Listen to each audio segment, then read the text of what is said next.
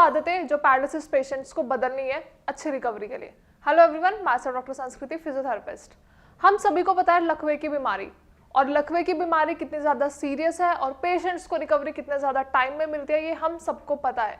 जब भी हम लकवे का नाम सुनते हैं, फैमिली मेंबर्स, पेशेंट्स या केयर गिवर्स सब परेशानी में आ जाते हैं। उन्हें ऐसा लगता है कि अब लकवा हो चुका है तो अब इसका ट्रीटमेंट, अब इसकी रिकवरी प्रोटोकॉल बहुत धीरे धीरे हमें ग्रेजुअली करनी होगी, तभी बॉडी में चेंजेस देखने को मिलते हैं। लेकिन हम रिकवरी के दौरान बहुत सारी ऐसी गलतियां कर देते हैं, या कह लीजिए बहुत सारी ऐसी एक्स्ट्रा चीजें कर देते हैं जिनकी जरूरत नहीं होती है और जिनका इम्पैक्ट या जिनका रोल पेशेंट की पैरालिसिस की रिकवरी में भी कहीं नहीं होता। तो आज इस वीडियो में हम ऐसी 2 आदतों के बारे में बात करेंगे जो जनरली पैरालिसिस पेशेंट्स को ध्यान रखनी है, एज वेल एज उनके फैमिली मेंबर्स को, केयरटेकर्स को, एज वेल एज थेरेपिस्ट को भी याद रखनी है एंड ध्यान रखनी है।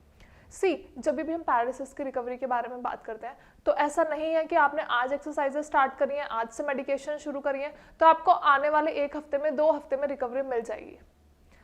लेकिन पैरालिसिस पेशेंट्स के लिए इंपॉर्टेंट ये है कि उन्हें अपनी रिकवरी का इंतजार करना होता है, उन्हें अपनी स्लो रिकवरी देखनी होती है, महसूस करनी होती है, फील करनी होती है, ताकि एक पॉजिटिव इम्पैक्ट रहे और वो उनके दिमाग में नेगेटिव थॉट्स ना आए और इनकी रिकवरी उन्हें होती हुई नजर आए, जिससे पेशेंट्स और ज़्यादा मोटिवेटेड हो और रिकवरी बहुत जल्दी हो। लेकिन इस बीच हम कुछ ऐसी गलतियां कर देते हैं जो हमारी रिकवरी में बाधा लेके आती है, मतलब रिस्ट्रिक्शंस लेके आती है, और पैरालिसिस की रिकवरी और ज़्यादा ग्रेजुअल और ज़्यादा डिले हो जाती है। तो आज इस वीडियो में वही 2 आदतों के बारे में हम डिस्कस करेंगे, that is sleep and rest पहला, एंड सेकेंड इज डाइट। ये दोनों मेन इंपॉर्टेंट पॉइंट्स हैं जो किसी भी पैरालिसिस पेशेंट्स को ध्यान रखने हैं इन देयर रिकवरी। सबसे पहले अगर हम बात करते हैं रेस्ट एंड स्लीप की, पैरालिसिस पेशेंट्स के जब भी हम पैरालिसिस की बात करते हैं तो केयर गिवर्स के या पेशेंट्स के दिमाग में यही आता है कि पेशेंट जितना ज़्यादा रेस्ट करेगा उतना ज़्यादा अच्छा होगा। लेकिन मेरे अकॉर्डिंग ये बात बिल्कुल गलत है, और ये क्यों गलत है ये मैं आपको अभी समझाती हूँ। जब भी पेशेंट फ्री लेटे हुए होते हैं, मतलब पैरालिसिस के पेशेंट जब भी लेटे हुए होते हैं, तो आप सबको पता है खाली दिमाग शैतान का घर, राइट? तो जब भी पेशेंट्स खाली लेटे हुए होते हैं तो उनके दिमाग में सिर्फ और सिर्फ नेगेटिव एंड डिप्रेसिंग थॉट्स आते हैं। क्यों? क्योंकि पैरालिसिस के पेशेंट्स खुद से कोई एक्शन परफॉर्म नहीं कर पाते, ना वो चल पाते हैं, ना वो उठ पाते हैं, ना खुद से खा पाते हैं, ना फिर बोल पाते हैं। तो जब ऑलरेडी पेशेंट इस स्टेट में है, जब पेशेंट की कंडीशन ऑलरेडी इतनी क्रिटिकल है, तो ऐसे टाइम पे जब हम पेशेंट को फुल रेस्ट पे डाल देते हैं तो उसके दिमाग में सिर्फ और सिर्फ नेगेटिव थॉट्स आते हैं, और उन नेगेटिव थॉट्स को लेके पेशेंट इतना ज़्यादा डिप्रेस्ड हो जाता है कि उसकी रिकवरी पे कहीं ना कहीं इम्पैक्ट आता है और रिकवरी और ज़्यादा डिले होती जाती है। लाइक सपोज पेशेंट सो रहे होते हैं, अब जब पेशेंट पूरे दिन सोते ही रहेंगे तो वो एक्सरसाइजेस कब करेंगे, वो कॉन्वर्जेशन कब करेंगे, वो इंटरेक्शन कब करेंगे, और कब वो अपनी मेडिकेशंस लेंगे, राइट? जब भी हम कोई पेशेंट्स को देखते हैं, जब भी हम पैरालिसिस के पेशेंट्स को देखते हैं, हमारे यहाँ श्रेयाज में पेशेंट्स विजिट करते हैं, तो उनका यही होता है कि मैम हमें पूरे दिन नींद आती है, हम पूरे दिन सोते रहते हैं, हमारा कुछ काम करने का मन नहीं करता, हमारा किसी से बात करने का मन नहीं करता। आई डू एग्री, ये सारी चीज़ें पैरालिसिस पेशेंट्स के साथ होती हैं। और क्यों होती हैं? क्योंकि वो सेल्फ कैपेबल नहीं है, वो अपने एक्शंस खुद से परफॉर्म नहीं कर पाते, वो कोई भी काम अपना खुद से नहीं कर पाते। लेकिन आपके लिए ज़रूरी ये है कि आपको रेस्ट बहुत ज़्यादा कम करना है। जितना ज़्यादा आप रेस्ट करोगे उतना ज़्यादा आपकी रिकवरी में डिले होगा। तो आपको आलस छोड़ना है और एक्सरसाइजेस परफॉर्म करनी है, और अपने आप को एकदम से ना पॉजिटिव रखना है, हर चीज़ में इन्वॉल्व रखना है कि हमें कुछ भी करके ये एक्सरसाइजेस परफॉर्म करनी है, हल्की फुल्की मूवमेंट तो ज़रूर परफॉर्म करनी है। ऐसा ज़रूरी नहीं है कि आप कुछ hard and fast and tough exercises करो, बट आप कुछ ऐसी फंक्शनल मूवमेंट ज़रूर परफॉर्म कर सकते हो जो आप पहले भी करते थे। लाइक सपोज अगर आपको किसी को बुलाना है तो हम कैसे बुलाते हैं अगर कोई दूर होगा?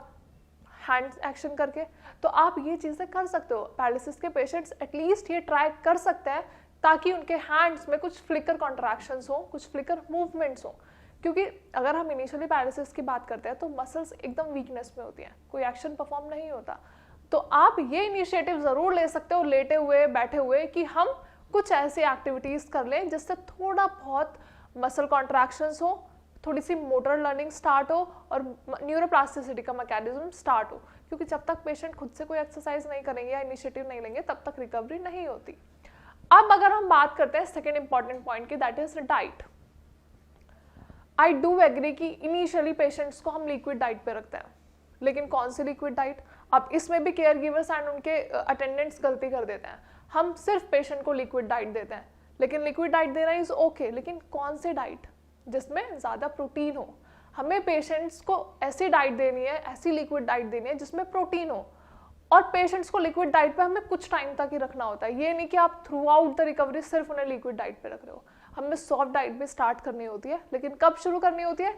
जब पेशेंट थोड़ा बहुत बोलना सीख ले और थोड़ा बहुत इंगल्फ करना सीख ले, मतलब स्वेलो कर पाए, सटक पाए अपना खाना, तो हम उसे छोटी छोटी चपाती के क्रम्स दे सकते हैं, दलिया दे सकते हैं, ये सारी चीज़ें हम उन्हें खिला सकते हैं।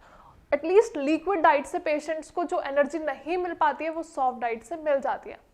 अब ये गलती कैसे हुई? मैंने बोला कि हम कुछ गलती कर देते हैं, तो वो गलती इसीलिए हुई कि पेशेंट ऑलरेडी वीक है, उसका मेटाबॉलिक एक्टिविटीज़, उसके डाइजेस्टिव सिस्टम सब कुछ वीक हो रहा है क्योंकि बॉडी में खाना नहीं है। और खाना क्यों नहीं है? क्योंकि बॉडी में सिर्फ लिक्विड डाइट है। तो आपको ध्यान ये रखना है कि आप जो भी लिक्विड डाइट दे रहे हो वो एटलीस्ट प्रोटीन में रिच हो, क्योंकि बॉडी को प्रोटीन चाहिए होता है। बॉडी में प्रोटीन नहीं होगा तो पेशेंट्स हेल्दी नहीं रहेंगे, वो एक्टिव नहीं रहेंगे, और वो कोई एक्सरसाइज नहीं परफॉर्म करेंगे, वो आपसे इंटरेक्शन नहीं करेंगे, या फिर वो कोई भी ऐसी एक्टिविटी में इंडल्ज नहीं होंगे जो उनके लिए हेल्दी है। और पेशेंट्स को सिर्फ और सिर्फ नींद आएगी, जो हमारा पहला पॉइंट था कि पेशेंट्स को ज़्यादा सोना नहीं है, उन्हें ज़्यादा रेस्ट नहीं करना।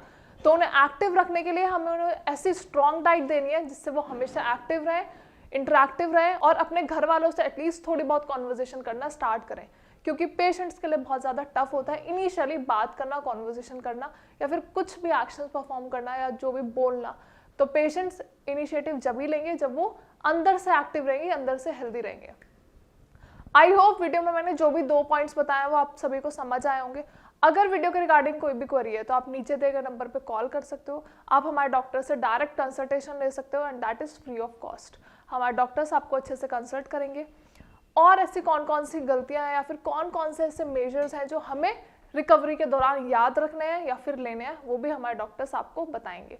उसके अलावा मेडिकेशंस, डाइट, एक्सरसाइजेस कौन कौन सी हैं, क्यों करनी है, कब करनी है, सब हमारे डॉक्टर्स आपको बताएंगे।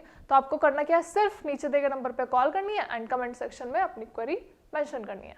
Thank you so much.